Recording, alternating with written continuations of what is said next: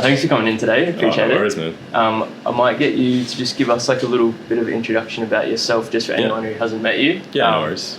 Yeah. My name's Matt. I'm a first-year med school student at the University of Queensland, and I'm hoping to be one of the best powerlifters in the world one day. Fuck yeah. Yeah. Yeah, some big goals there. Yeah. I'm hopefully on my way to achieving some of those, you know. Nice. So you compete in all three lifts, like squat, bench, dead? Squat, bench and deadlifts, yeah. Yeah. Is there one that you're specifically good at? Yeah, or? my deadlift has always been a strong suit of mine. You know, I've actually spent the last year and a bit trying to catch up my squat and my bench just to the level that my deadlift's at. Because, I don't know, it's kind of what... Deadlifting for the first time is kind of what got me into powerlifting. I was just at a local physio gym, actually. Yeah, right. And I was deadlifting, and the guy who was there overseeing it all said, "Hey man, you should get into this, because what you're able to do with no training is something special." So Yeah, what could you do without any training? I was 15. I think the first time I ever deadlifted, I did like 130 for a set of 6 or something. Yeah, wow. 15 years old. Yeah. So was that at school? no, I was just at a local physio. It was at that gym that you Yeah, did. yeah. Right. Yeah, true. Yeah. Well, he was just like, let's see what you can do. But yeah, he Physio. said, let's try deadlift today. I'll teach you guys how to deadlift. And I don't know, it kind of just went from there. He was like, "Hey man, what the fuck? Like, can you Yeah. have you ever done this before?" And I said, He's "No." like, And "You're he was stronger like, than me, what the yeah. So how long before, were you like just self-taught at that point, or did he sort of give you some coaching? That was my... So like grade 10 at school, so same year, I was taking like an extra PE subject, and one of the units in that subject was a CrossFit Games kind of thing, where we were competing in that class just to see who could set the best times in these events and stuff like that. So that was my first time in an actual gym, that PE unit. And then after that, I wasn't doing much gym work after that. You know, I just kept going with my sports. Like I played rugby and volleyball for school. But then I heard about this gym class that was being run just at my local physio, and I thought, it might be fun to, check that out. I did enjoy my time doing CrossFit and stuff like that. And so that was my first time in a gym, like an actual gym kind of thing. So until then, I hadn't actually touched much of a barbell. Yeah, right. So you're pretty much pretty good at it from the first time you did it? Yeah, I mean, I guess I lucked out with genetics and stuff like that. Like my dad was always a really strong guy, and he's never set foot in a gym. So Yeah, true. yeah. Was he like a tradie or? Yeah, when he was younger, he used to work in it's called CSL. It's like a laboratory, chemical service laboratory kind of thing, and he just used to work in the freezer rooms there, just lifting heavy stuff all the time. He once told me a story about how he was like, when he was 20, he had to take an engine out of his car, but he didn't have a winch or anything, so he tied a rope around the thing and pulled it out with his hands. So he's just Yeah, naturally being strong. Yeah. Yeah. You should get him in a powerlifting too. I've tried, man. I've tried. So how long have you been doing it for now? How old are you now? I'm 18. I turned 18 at the start of this year. Yeah, right. So that was only 3 years ago that you sort of started getting into it. Yeah. I always remind myself how young you are. Yeah, it's probably this old ass face, bro. Nah, dude. Yeah, it's surprising that you're that young, just because of like seeing how strong you are. Yeah, I mean, that's what I'm saying. Like, I guess I got really lucky with the way I'm built and stuff like that. And you gotta love it though too. Like, not just doing it just because you have the tendencies. Like, you gotta do it too. Yeah, I've played plenty of sports in my time. Like, I started out in soccer, as like a lot of kids did, and then when I moved up here from Sydney, which is where I'm from originally, I got really into swimming. Yeah. I got told I had potential for swimming, but then the training for that, it just gets a bit much, man. Yeah. Spending hours with your face down in the water, not talking to anyone is a bit much for me. You wake up like super early in the morning. Oh yeah, bro. Cold. Like, I used to do these training blocks, geting up at 5 a.m. every day for like 2 weeks. It was just horrible. I don't know how people do that. It's just so boring. For me, it's so boring. Since that first time deadlifting in the gym, I kind of fell in love with powerlifting. Yeah. Because it's not just like the lifting, man. Because that's only, as much as training intensely is a huge thing. It's not a lot of the time that you actually spend here in the gym. I think what I love a lot about working out and stuff like that is just getting to talk to people around me as well, like all that kind of stuff, the social aspect of it. Especially the boys here. Yeah. Like, I've made some great friends here, like Bill, Sam Stocks, all those guys. Yeah. It's awesome to see all the young guys here just like making friends. Yeah. So it's good. What's like your closest goal with powerlifting? I'm hoping to set the national record for squat, deadlift, and overall total in November this year. at the SimCity Open, which is qualified for states next year. So hopefully I make it to that as well. Yeah, cool. What do you need to hit for that? So I think the current deadlift record's like 270, 272. So I'm hoping 275, 280-ish. Yeah, right. Squat record's 230 at the moment. So I want a little, just a little over that. I'm not even close to touching that bench record. Some of those guys are nuts, bro. But I think the total record's like 620. What's the bench one? The bench is like 180, bro. Yeah. 180, 190. For a junior? For under 18s, 105 kilos. So sure. 180. Natty too. I suppose the bench press guys are just built differently. Built like crazy, they're just short arms, like huge chest. It's crazy, man. He's got to be designed to bench press. Yeah, crazy. Yeah, that's crazy, man. That's some big goals, but so you're confident about it? Yeah. Squat might be. It'll be a hard rep. If I squat like 230 plus, it'll be a hard one, but I'm sure I can do it. Yeah. Deadlift, I'm cruisy, man. Yeah, dude. Like just in the singles, I've been working up to lately. They've been moving like butter. Yeah. So, what have you been getting up to? I think this week I had 2 singles at like 242. Yeah. And I'm doing PB to that. PB on squat. Yeah. Yeah. Nice. Over like 220, 222. Okay. See how that moves. Fuck yeah. Yeah, right. Really getting up there. Yeah. Just trying to get like some of these guys over in the US, man. Some of those kids are nuts. Yeah, what sort of numbers? There's a guy named Sean Mills. We're built pretty similar, like even down to the hair. He's got the same fucking hair as me. But he's like 20. He just turned 20. He's squatting like 320 kilos. Jeez. Deadlifted 330 just the other day. I was like, far out, man. At 18? No, 20. He's just turned 20. Is he the same weight? Yeah, he's under 105s as well. Yeah. Actually, 330. Jeez. Scary stuff, man. Crazy, man. Yeah. Tell you what, the day I touch 300 on anything, I'll be the happiest man alive. Yeah, 300 is crazy, man. Well, that's that weight class, like that's over the triple body weight. Yeah, it's nuts. It's really crazy. So, are you working at the moment? Working? Yeah. I've I actually just quit one of my most recent job. I was working as a delivery driver for Domino's. Yeah. But just the timing of it, like between my uni and stuff like that, it just wasn't working out for me because you only ever work like 3-hour shifts at a time. Yeah. Just not really worth going in for me. I used to do that too, the delivery job. Yeah. It sucks.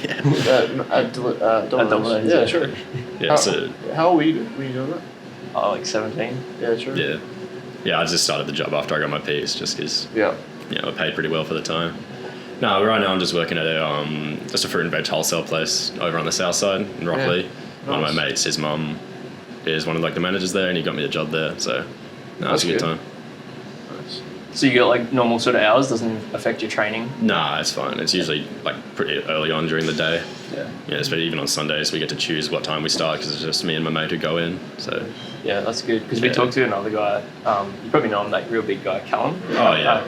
He does the metalwork stuff, doesn't he? Yeah, and he was just saying like how he used to have this job where he would be like flat out at work and destroy his training. That really messed with me. Yeah, it's a small thing. Well, it's not a small thing sometimes, but it can make like a massive difference with your training. Like the job that you have can be like the make or break trying to hit those numbers. Yeah, I suppose at least with delivery driving, I was just sitting down for most of the time.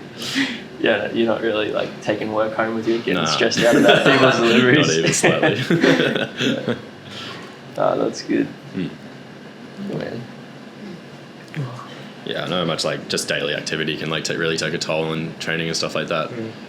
I mean, it's not so much a daily activity, but when I played rugby for school, I couldn't squat during rugby season because I would just be too tight, too sore. I was just really running the risk of injuring myself and stuff like that. So my training really took a hit back then, but luckily I've caught back up now. Yeah. And no matter how much my friends tried to tempt me into coming back to footy and stuff like that, I just can't if I want to focus on this powerlifting thing. Yeah, definitely. Just gotta eat so much food if you're doing both. You know, it's like I was an absolute pig back in high school. It was nuts. I just almost emptied my parents' bank account just for lunches and stuff like that. Did you have you get coaching now? Obviously. Yeah. When did you start with the coach that you're at? I think I started pretty early on in grade 12, I'd like to say. Because I definitely didn't know him back in grade 11. It was started with one of my mates, Jesse. He went to him first because he used to my coach Kobe used to coach out of Good Life over in Castledine. Yep. So he met him there, and then Kobe left Good Life, and then Jesse went with him.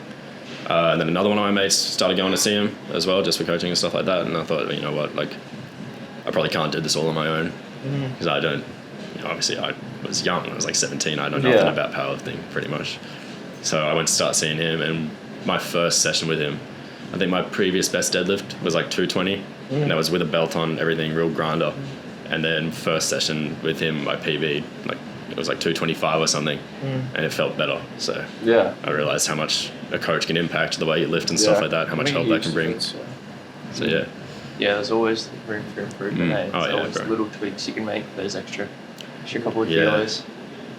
Everything helps. Yeah, the way he's been having me train as well, I think has really helped me, I don't know, find something that works for me. Yeah. So I used to overshoot like my ability a lot before I had a coach, before he started giving me like numbers to work on and stuff like that. Like I'd go into the gym and I'd damn near max out every time I lifted. I just remember how shot my like central nervous system was during that time. Like it was actually like a physical feeling in like the front of my head, and I just had like a headache like all the time. It was tough. True. So just be 1RMing every day. Yeah, 1RMing, just max, like rep maxes and stuff like that, like heavy triples, everything. I just wanted to lift as much weight as I possibly could, and then started seeing Kobe, and then realized like, you know, sometimes you actually really need to take a step back, and he introduced me to the whole concept of sub-maximal training and all that kind of stuff, and it's really helped. You enjoying training with him? Yeah, it's really good. It's been real good stuff so far. It's always fun because he just he has a gym set up in his garage and stuff. It's always a good time going over there and hanging out with the other guys who live in that house and all that kind of stuff. So So do you have any other goals outside of powerlifting?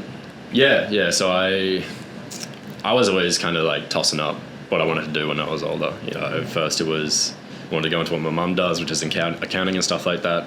And I realized how much I hate sitting behind a desk all the time. And it was, I want to do what my dad did. My dad was a pilot in the Air Force for 17 years. So I wanted to get into pilot's course and stuff like that. But then I don't know, I really would appreciate because the amount he was away from us, like as the family and stuff like that, was pretty tough, especially my mum and stuff like that. And I'd hate to do that for as long as he did. It was very brave of him to do that. But right now, then I kind of settled on, I've always wanted to do something to help people out. You know, since I gave up on the accounting idea, I realized my purpose or whatever was to like deliver a service to other people.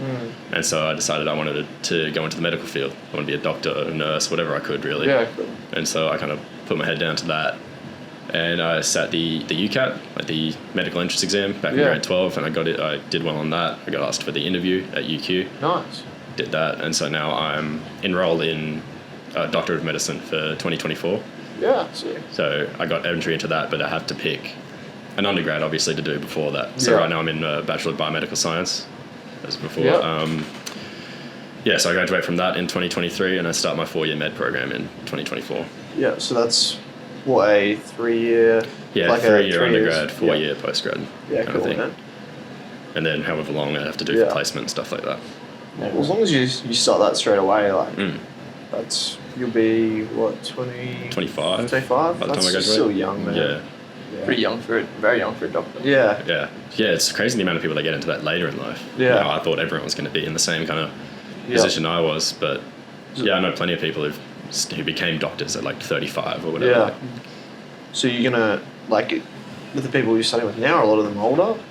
But I thought Bachelor of Biomedical Science was kind of like a niche sort of degree that not many people did, but it's actually huge. There's 700 students, first year students for Bachelor of Biomedical Science at UQ right now. Yeah, wow. So it's heaps of us. Is it a big year or? I think it's fairly average size. Yeah. Yeah, right. Stuff like paramedicine is blowing up at the moment, but there's a lot of people doing that. Yeah, like the hospitals and stuff are telling universities to stop running paramedicine courses. Really? Like really limit their places because there's no jobs left for paramedics at the moment. So. Have you got like a specific job in mind once you graduate that you want to? Yeah, I mean, the goal for any med student is surgery. Everyone wants to be a surgeon. You know, not just because they make heaps of money, because it's like the most like prestigious role that you can have as a doctor. But I don't know. Like I said before, I want to interact with people, and I want to talk to people a lot, and you don't really get to do that as a surgeon. So I was thinking either working in radiology, to have medical scans, stuff like that, or pediatrics, so being a doctor for children and stuff like that. Yeah, cool. Because my ultimate goal with the whole doctor thing is to make enough money that I can afford to go do charity work in a foreign country. Yeah, wow. Like Fred Hollows kind of thing. Yeah, fuck yeah, that's cool. Awesome, man. Like set up a foundation in all the countries. Yeah, I just want to be able to deliver service to people who haven't had that kind of opportunity before. So. Yeah. Wow. You really know what you want so young, man. I just can't really see many other options for myself, dude. Like I said, maths was kind of my thing at school, and so I thought, I could be an accountant, Yeah. And then, I just thought about what that would actually involve for me, looking at what my mum does. Yeah. She loves it, but I don't think I could. Yeah. Yeah, you need a very certain type of brain to enjoy being an accountant, I think. I feel like you just need to not rely on social interaction as much as like a fuel for what you do. Yeah. It's just like some people enjoy solving puzzles and equations and that type of thing. Yeah, some people just enjoy doing that thing kind of by themselves, but I'm more of I've always felt like I'm more like a team oriented person. Yeah. Do you have do you know what specific sort of thing you want to do in other countries? Oh yeah, it entirely depends what I get into, really. Yeah. Like if I get into radiology, it'd obviously be that kind of thing. That you sort of go into. Yeah, pediatrics, it'll be going wherever the kids need the most help, stuff like that. So probably, North Africa, that kind of thing. Have you been there before? No, I haven't. No, I do want to go. Yeah. At least before I decide to go over and do that kind of thing. But obviously with the pandemic and stuff, that might be hard for a while. Surely by the time you finish your degree, that's... Oh man, if it's around for 7 years, we're in trouble, bro. Surely people just rush the planes at that point. One of us has to have a pilot's license, right? Yeah. Brody's got a pilot's license. Yeah. Who's Brody? Not down. Yeah. So he was doing. He's doing, I think, teaching now. Yeah. Yeah, we'll get you there. We've got connections here. You haven't broke your spine, have you? Sorry? You haven't broke your spine? Nah. Okay, that's good. Yeah, no, we're doing well. We've had a couple of people now that have just mentioned in passing that they broke their spine. Just damn, why didn't we start with that? Brody broke his spine. Broke his spine? Yeah. Doing what? It's deadlifting. Oh. I'm sure that won't happen to you. Yeah, no, surely, right? He was just self-coaching at that point. Okay, yeah. I mean, to be fair, I probably would have gone down that route if I hadn't found a coach of my own, so... Yeah, I think it's good that you went straight to coaching. So young, it's pretty much maximising your potential there. Yeah. Yeah, I'm terrified of getting injured, man. Not once in 18 years have I broken a bone or anything. Worst I've had is a sprained ankle. So, for anything like that to take me out of lifting, I think I'd be pretty pissed off about it, so... Yeah. Yeah, the worst part's the big step back in your numbers, just building them back up again. Horrible. It's not like they won't come back, but it's just the time it just takes spent, time. The time you have to spend to get it back would be awful. Yeah, especially when you're so competitive at this age. It's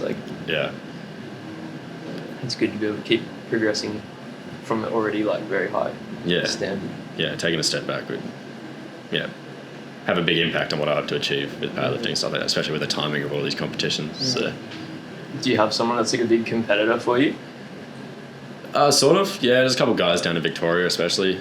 It seems like Queensland and Victoria are kind of the big competitors for powerlifting in Australia. A couple of guys down there, one of them actually just set the deadlift record that I'm trying to break. I think just last year. So, yeah, I guess those guys are kind of my main competitors right now. I haven't really met anyone personally. Yeah. So you don't personally know them, you just sort of see the names? Yeah, I see the videos and stuff that they post, but yeah, no one in my personal life actually has that. Will you meet them when you go to nationals? Probably, yeah. Yeah, actually I got invited down to nationals this year after my first competition, but it was down in Melbourne. And trying to make the trip down there would have been a bit of a hassle, especially if I got locked out trying to get back up, so that went ahead, did it? I think so. I think it did. It was back in, I think it was August. So actually, I don't know. It might have been locked down for all that. So many things got stopped. It's hard to know what actually. Well, that's exactly the thing. I wanted to do it. I wanted to go down, and then my parents brought up given how volatile this whole lockdown, out of lockdown thing can be, it would be really rough if you went down there, did your competition, and only to not be able to come back up here for a month. Yeah, So. I'm surprised they're not doing it remotely. Like Bill's competition, he did was remote. Really? Oh, really? Yeah, he did his. Pretty sure it was. Yeah, he did nationals remotely, was it? Pretty sure, yeah. Well, just be a like video ref. Yeah, kind I'm of thing. pretty sure it was just everyone was just competing through. They had that. It was all obviously in real time. Just wait for your lift to be called. Oh, okay, true. I'm pretty good at video editing. Maybe I'd be competitive in an online competition. You can definitely make that. It's the only chance I've got to compete. Put your skills to good use. Yeah. Well, that's the thing. A lot of people seem to think like powerlifting is like a pretty inaccessible sport to a lot of people. Like you see, you know, people like Taylor Atwood, Russell Heath, like the greats, like people who lift just insane numbers. And a lot of people don't realise that they're the outliers. They're not like your everyday competitor. Yeah. Because my first competition was just a local meet over at Iron Underground in was that Sandgate, and everyone there is like so nice. Yeah. That's the thing about powerlifting. No one wants to see you fail. Yeah. It's not like what I've heard about bodybuilding where everyone kind of backstage is kind of like all catty to each other and all that kind of stuff. But yeah, everyone at that powerlifting meet was like, just talk to each other, all so friendly. You see other competitors like cheering for their direct rivals for medals and stuff like that. It's a really nice place to be, really. Yeah, that's super nice. Yeah. Yeah, and it's not like you're going up against the best in the world at your local competition. Yeah, exactly. Like a local comp, I would, anyone who's like kind of into lifting and stuff like that, I'd say give it a go. Because it's just, they're hardly ever expensive. It's like, I think you have to pay like $40 for a year-long membership to whatever federation you choose to compete in. And then each comp can be as little as like $30 just to get your place in and just go compete on the day. And it's just like it's a great way to... It's probably one of the best introductions to a sport that you can have. When you play like a ball sport or something, it's kind of scary. Like my first rugby game, you go out there and you have no idea who that bloke is who's just about to whack you in the stomach, that kind of thing. But at least with powerlifting, because you have so much time, I guess, in between your lifts, everyone just chats to each other, you get to know the guys, and then it's a good time. You obviously love it.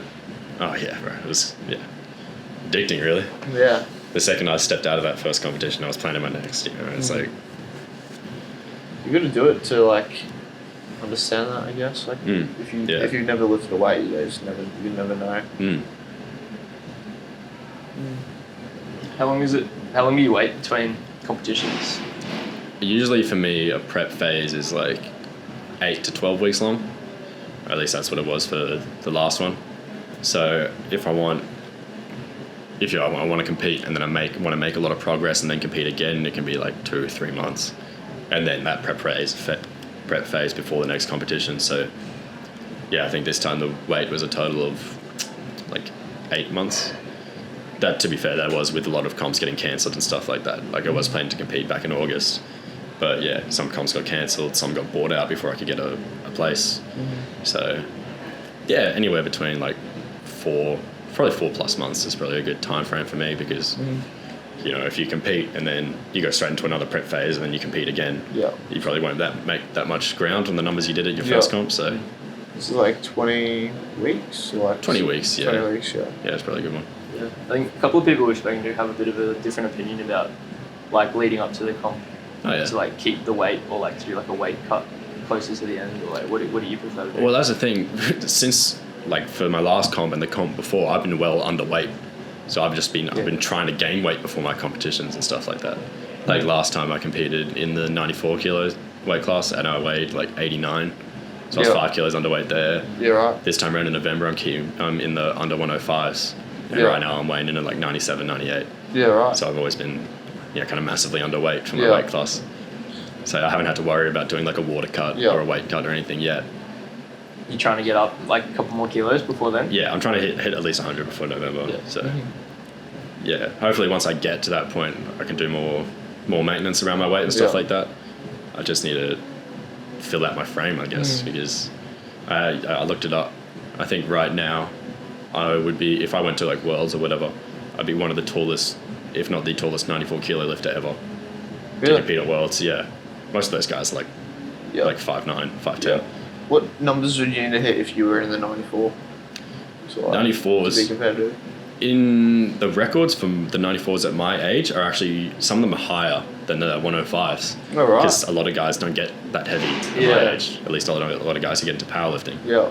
I think a lot of those, the taller people get into like footy, basketball, all that kind of stuff. So yeah, I think the squat record for my age in the 94s was like 265 or something. Deadlift was 263, I'm pretty sure. Bench 180 again, I think. Yeah. The squat and the deadlift was set by one guy who's just like an absolute freak. Because, yeah, he's nuts now. You got room to grow, which is good. Yeah. Like, you're not like having to cut, you know. Yeah. Yeah, I've never had to cut, actually. Yeah. It's been an 18-year bulk for me. That's a good life. Yeah. And I do want to be able to sit comfortably at a weight class though. Especially like hopefully the 105s. Yeah. Just because trying to gain weight has been really difficult for me actually. Yeah. I suppose being a younger guy. You're so young, man. Like, I'm pretty tall as well. It's always harder when you're a bit taller. Yeah. Like a lot of those guys, I think like my height is pretty normal for like the 105s, so hopefully I won't be too much of a disadvantage there. How tall are you? I'm like 6'1". Yeah. That Sean Mills guy I was talking about, he's about the same height as me. Yeah. Another dude who's in the juniors over in the US. He's pulling like 400 and something. Yeah, wow. And he's like my height as well, so. The same federation? Yeah, I think so. 400 natty. Yeah, it's insane. You reckon he's really natty though? Let's turn this video into a natty or not. 400? Jeez. Yeah. At what age? I think he's like 24, 25. No, definitely. Yeah. Definitely not natty. That's insane. What, in the same weight class as well? 105? Oh, I think he's one up. Okay, he's a bit heavier. He was in the 105s. I think at that time he was pulling like 360, 370, so. What are you a junior, like, what age are you a junior until? It's 19 to 23, I'm pretty sure. So I'll be juniors next year. Yeah, right. I think. Yeah, sure. It's going to be rough because, I'm be competing against guys who have like you'll be the youngest. 3-4 years on me. So yeah. Same with Bill though. Yeah. He's in juniors now. I think that's why he's trying to gain weight as well. Bill's a year or two older than me. So he's 21 or 20? I think he's turning 20 next year. I think he's 19 right now. Yeah. Is he in the same federation as you? He wasn't. For his last competition, he was in CAPO, which is like I think it's an alliance of a couple of federations in Australia. But from next year, he's going to be in APU with me because he wants to do IPF and stuff. So you get to compete against him? Well, not really. You won't be in the same class, but... Yeah. He's actually trying to go up to like a higher weight class at the moment. Yeah. He's so skinny. But don't tell him I said. Edit that out. Yeah. Yeah, you heard me, Bill. It's crazy what he can do without like not small, but like with his size. He fucking shift like he'd be under 75. He competed in the under 75s and he lifted like 230 something. Yeah, crazy. That's crazy to me. Yeah. Like, you're not small, Bill. You're a little bit small, Bill. Really strong though. Yeah, no, I've had to convert him because he wants to come to APU. He's gonna have to learn to lift on like the stiff bar and stuff like that. Yeah, because he was using a mono before. Yeah, over in Capo, you get to use like a squat bar, deadlift bar, squat out of a mono and that kind of stuff. But yeah, we get none of that in APU. Yeah. I remember when I first started here, I was deadlifting on the stiff bar, and Benny. Yeah. Benny comes up to me, he's like, "Hey man, there's a deadlift bar like you can use over there." I was like, "Dude, I wish I could use that." Yeah, I think I said that to you as well. Yeah. Yeah, I don't know. I feel like used to it. I couldn't get. If I got too used to that, I feel like I'd mess myself up. So they just use the power bar for everything. Yeah. It's good for benching. It is good for benching. Not so much the deadlifting part. Yeah. Absolutely zero whip off the floor. It's just it's rough. What do you squat out of? Just out of like a rack or out of the stands? Yeah, you have to walk your squat out from the stands or the rack, whatever you're in. So. What do you prefer? I prefer walking out of the racks. Even when I use the mono here, I don't get people to gate me just because, I don't know. Same thing again, I like to train how I'm going to compete. So my first comp, I almost bombed out on squats just because I never squatted with like cues before. Because they make you walk it out and then wait until they say squat. You can't just go like I do here. So yeah, I was almost jumping calls and stuff like that. So that took a bit of getting used to. But so you just didn't do that in any of your training? Nah, because I didn't really think about it. Yeah. Same with benching. I pulled up to my first competition. I went to bench, and until then I'd been benching with my heels off the floor because I thought I could. Yeah. And I unracked my first bench, and the head ref said heels down. I was like, what? She's like, you have to put your heels on the floor. I was like, oh. Yeah, shit. So I had I had to completely change my technique for benching on the day. Before. Yeah, it's whack. Did your coach not know that?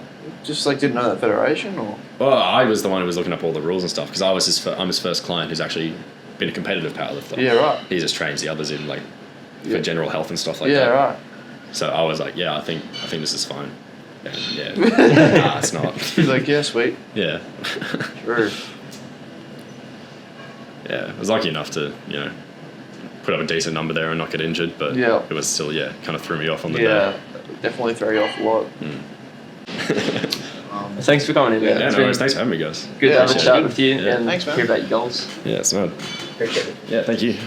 Now go get a PB, right? Yeah, I'll do my best.